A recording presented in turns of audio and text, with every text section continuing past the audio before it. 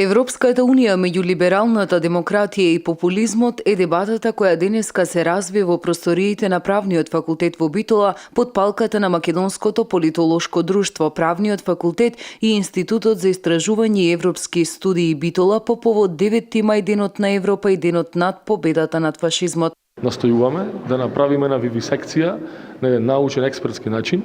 во делот на понатамошните развојни перспективи на Европската унија,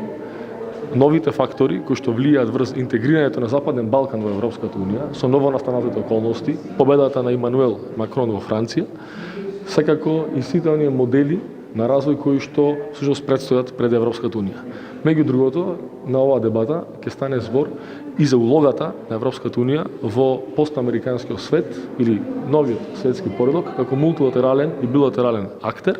во односите со другите држави и меѓународни организации. Дискусијата има за цел да го утврди местото и улогата на Унијата во 21 век, земајќи ги во предвид сите недостатоци и проблеми со кои се соочува сега, но и во иднина, ако не преземе сериозни реформски или револуционерни чекори и да се консолидира во политичка унија, како таква способна да се појави како единствен политички актер на светската политичка сцена. На интерактивен начин се разработува актуелна тема за студентите при УКЛО. Имено дискусијата се развива во однос на Европската унија и одбележувањето на 9 мај, но каква корист има Македонија како претендент да влезе во семејството, а е во голема политичка интерна криза. Овие глобални тенденции нема да поправат многу или нема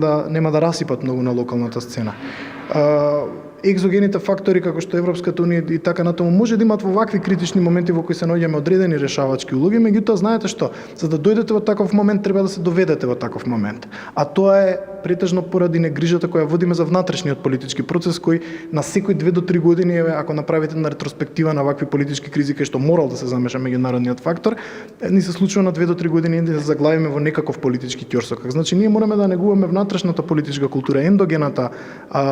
политичка култура, како би можеле сами без помош од надвор да ги решаваме нашите проблеми, дали се економски, политички, социјални, финансиски така натаму, и на тој начин би били попривлечни дури и за членство во Европската унија. Навраќајќи се кон европските вредности кои се слават денес, мораме заедно да ги надминеме препреките кои го попречуваат патот на земјата кон полноправно членство во Европската унија и НАТО, наоѓајќи решенија кои ќе обединат наместо да поделат, кои поддржуваат учество наместо поделба и кои поттикнуваат вклучување наместо исклучување.